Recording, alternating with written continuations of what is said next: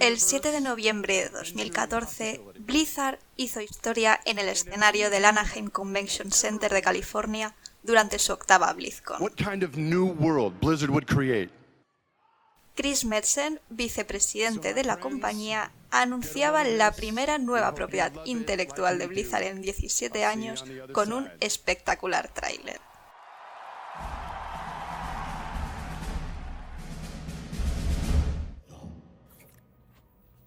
¡Eso ha estado guay! En esa batalla estaba Soundquake. ¿Has visto? Y lanzaba un montón de misiles. ¡Pium, pium, pium! ¿Cuál es tu favorito? El mío Fusionator. Los creadores de mundos tan únicos como los de Diablo, Warcraft y Starcraft habían creado un universo totalmente nuevo, una visión futurística de la Tierra con ciencia ficción de por medio y con una plantilla de héroes y villanos inimitable.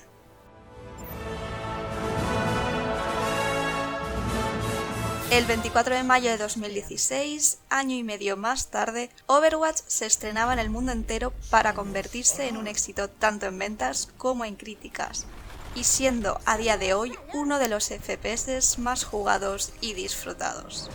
Somos justicia. Pero tras todo este éxito, hay detrás una historia de fracaso. Overwatch es un juego que resurgió de las cenizas de Titán, el mayor proyecto cancelado de Blizzard y que supuso una crisis de identidad y de autoestima para una de las compañías más importantes de videojuegos.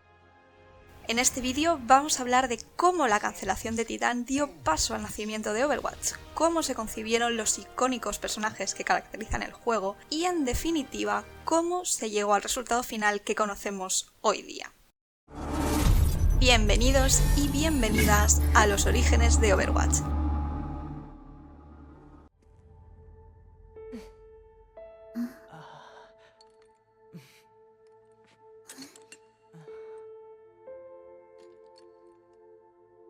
¿Sabes?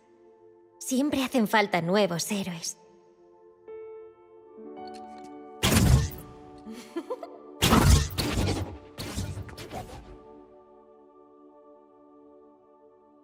Como la mayoría sabréis, durante más de 7 años, una parte del equipo de Blizzard estuvo trabajando en una nueva propiedad intelectual bajo el nombre clave de Titan.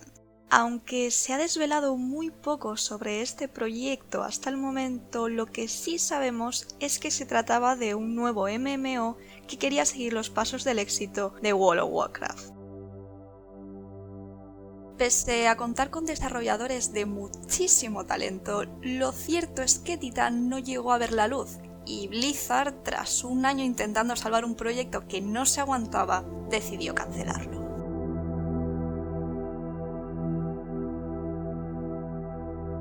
Del equipo de 140 personas al cargo de un proyecto declarado fallido, quedó un pequeño grupo que, aprovechando el motor hecho para Titan, intentó sacar algo provechoso en unas pocas semanas para que todo el tiempo invertido hasta el momento no hubiera sido en vano.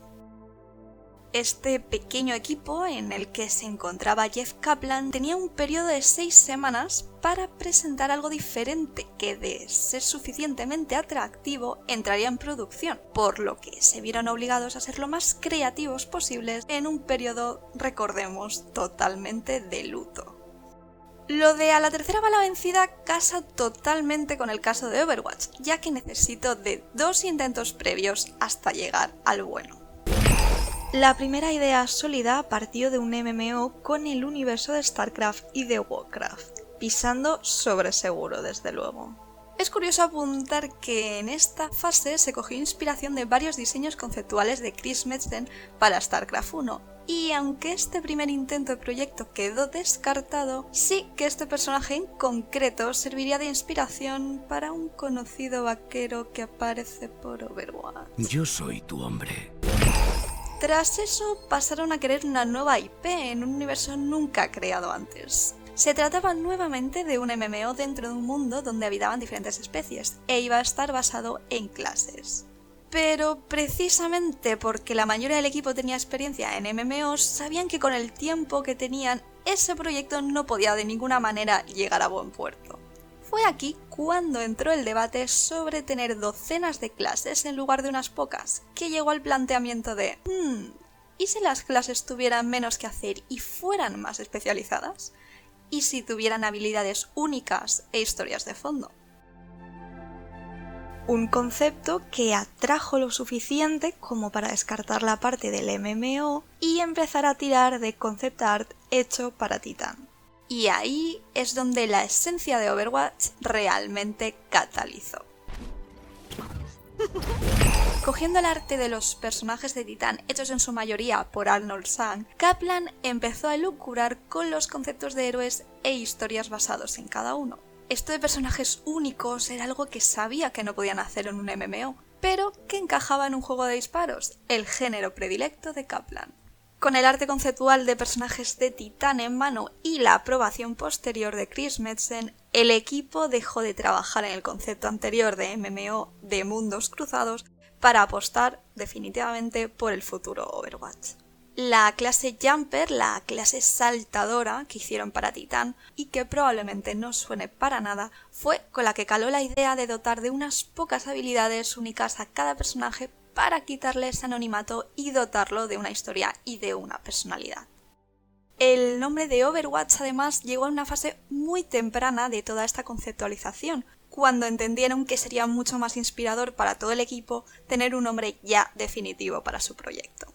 Jeff Kaplan eligió Overwatch porque era el nombre de una corporación mundial en Titán, y a todo el equipo la verdad es que le encantó.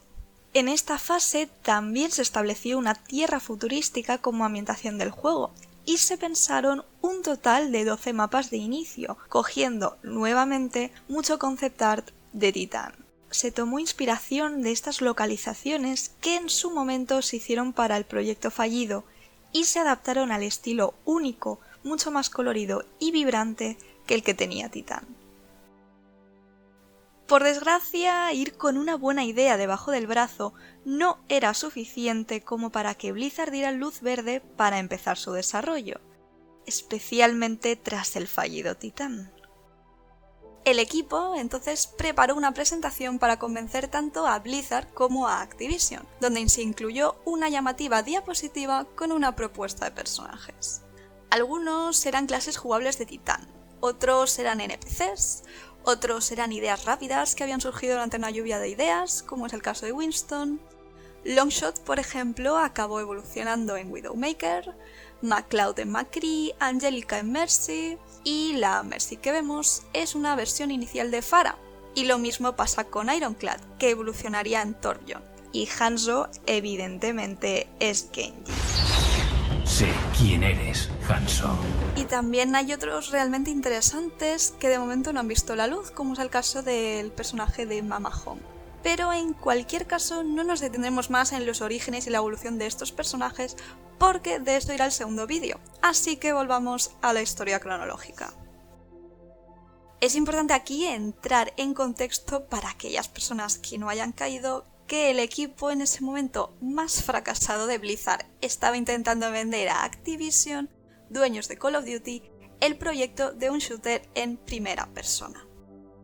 Y efectivamente lo que vendió el proyecto fue la imagen que reunía a todo el plantel de personajes, con la que Activision dijo literalmente que nunca habían visto un arte y unos personajes como esos. Una propuesta, o más bien una forma de vender esa propuesta, que les dio casi un año para montar una demo del núcleo de combate y saber si el proyecto seguiría adelante o no.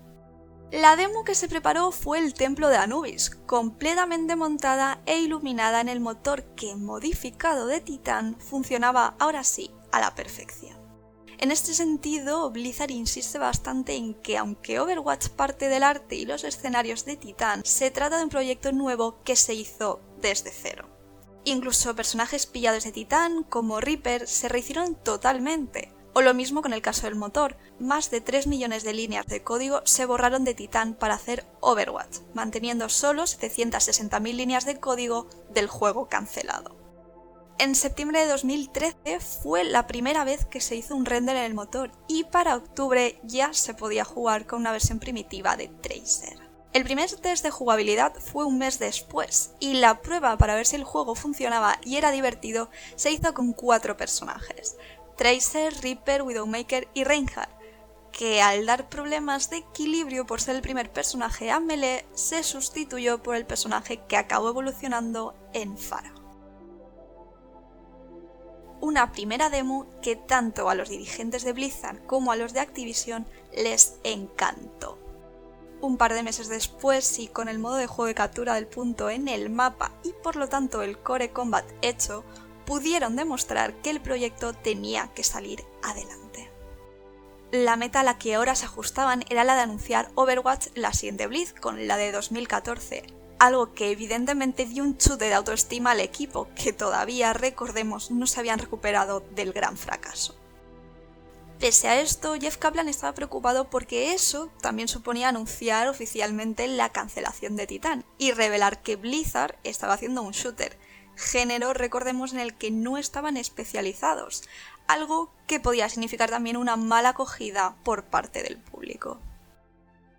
Fue en este tiempo cuando se centraron también en crear nuevos personajes. Probaron, por ejemplo, con personajes alienígenas, como este que estamos viendo. Otra idea interesante fue la de un personaje volador con un lanzallamas, un concepto que curiosamente culminó en el gato con jetpack, que como bien asumiréis no llegó a ver la luz. También probaron con habilidades que nunca se llegaron a implementar, como es el caso de la trampa de Torbjorn, de la que hablaremos mejor en el siguiente vídeo. Presentar Overwatch con una demo jugable para el público se tradujo en el objetivo de llegar con 12 héroes y 3 mapas. Para Kaplan, tener una demo que hiciera justicia al juego era clave para poder convencer al público no solo de que era un juego divertido, sino que además existía y que no se trataba de una falsa demo vendehumos. Que quisiera llegar con 12 héroes tampoco era casualidad. Querían de hecho superar las 9 clases de Team Fortress 2 para evitar en la medida ser comparados con probablemente el título existente más parecido a Overwatch. Algo que no olvidemos tampoco nacía de la nada, ya que Kaplan reconoce abiertamente cómo el foco que ponían Team Fortress Classic y Team Fortress 2 en el gameplay en equipo fue otro gran punto de partida. Además del juego de Valve, el MOBA era en aquel momento el género de juego que más estaba arrasando, y la coordinación que tenían los miembros de cada equipo para ganar fue otro punto clave de referencia a la hora de definir el gameplay de Overwatch. Así que básicamente cogieron los aspectos más interesantes de uno y de otro. Y si pillamos las habilidades únicas de aquí, abrazamos el juego en equipo, basamos la jugabilidad en objetivos y nos centramos en que la gente relacione ganar o perder como algo del equipo entero. Todo esto combinado con el estilo artístico único y la dotación de personalidad de historias de sus personajes es lo que configuró Overwatch como lo que es. De hecho, basta echar una partida rápida ahora en Overwatch para ver que esa esencia sigue ahí. Se potencia el trabajo en equipo y la no toxicidad a través del sistema de voto de compañeros, a través del filtro de palabrotas, los sistemas de reporte, de bloqueo, y si nos paramos a pensarlo, además muchos personajes de Overwatch, especialmente los de apoyo, perderían su razón de ser en un todos contra todos al uso, aunque sí, ya sabemos que dentro del arcade suele haber un modo deathmatch.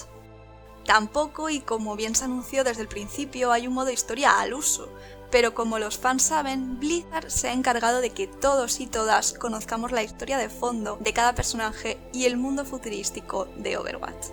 No solo a través de la narrativa ambiental, de las frases de los personajes dentro del juego. No estoy hecha para retirarme.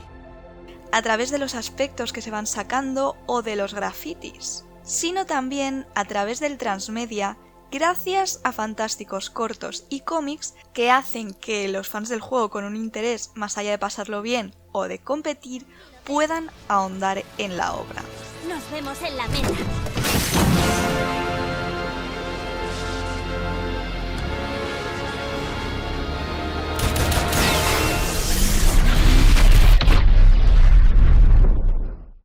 Sobra decir, como ya se introducía en el vídeo y volviendo un poco a donde lo habíamos dejado, que la presentación en la BlizzCon 2014 con ese gran corto animado fue un momento más que gratificante para todo el equipo que, tras una estrepitosa caída, ahora sabían que estaban delante de la gran nueva propiedad intelectual de Blizzard.